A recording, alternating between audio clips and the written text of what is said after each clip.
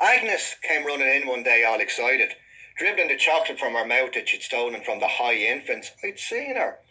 Ma, she said, there's an old fella in the lane when he's after showing me his thing. It was horrible, Ma, she cried.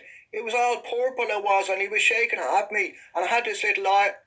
Kate ran screaming too, but not before she'd warned us to stay put, so that by the time we did reach the scene of the alleged crime, an angry mob had already gathered, Kate knowing who to scream to, and Agnes not having been too upset to alert the right few on the way home.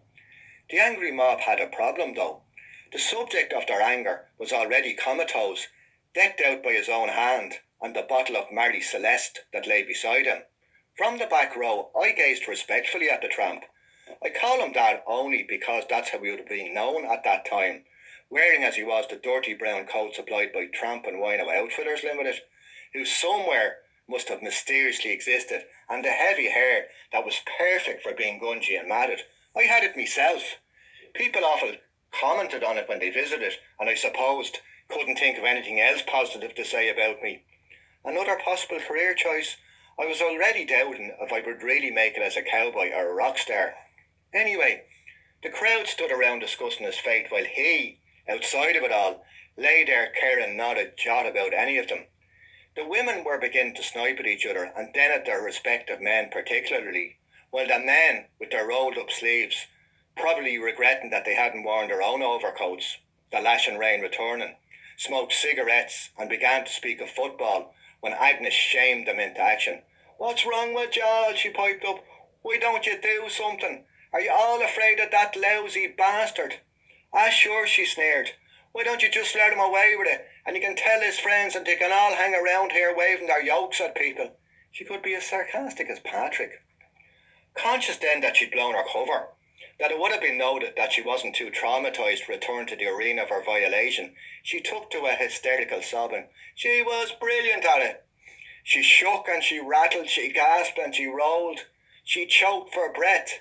The tears trailed down her filthy face. It was more than the crowd could take. And then, of course, there was the honour of the neighbourhood to be conserved, verging as it was on becoming a haven for flashing wastrels and other wandering deviants.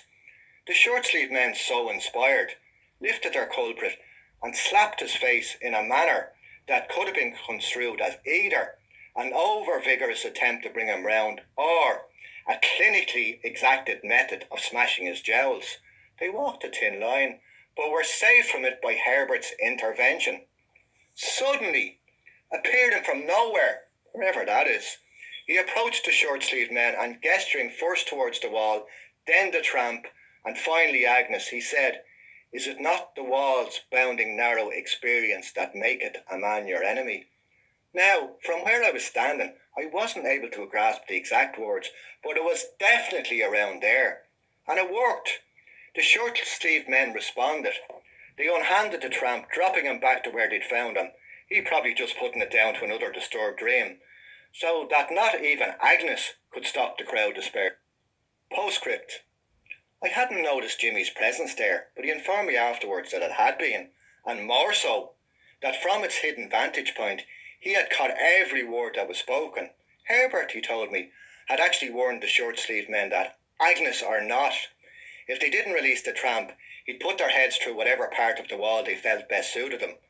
A sincere if mistaken version. Jimmy had obviously just misinterpreted the wall thing.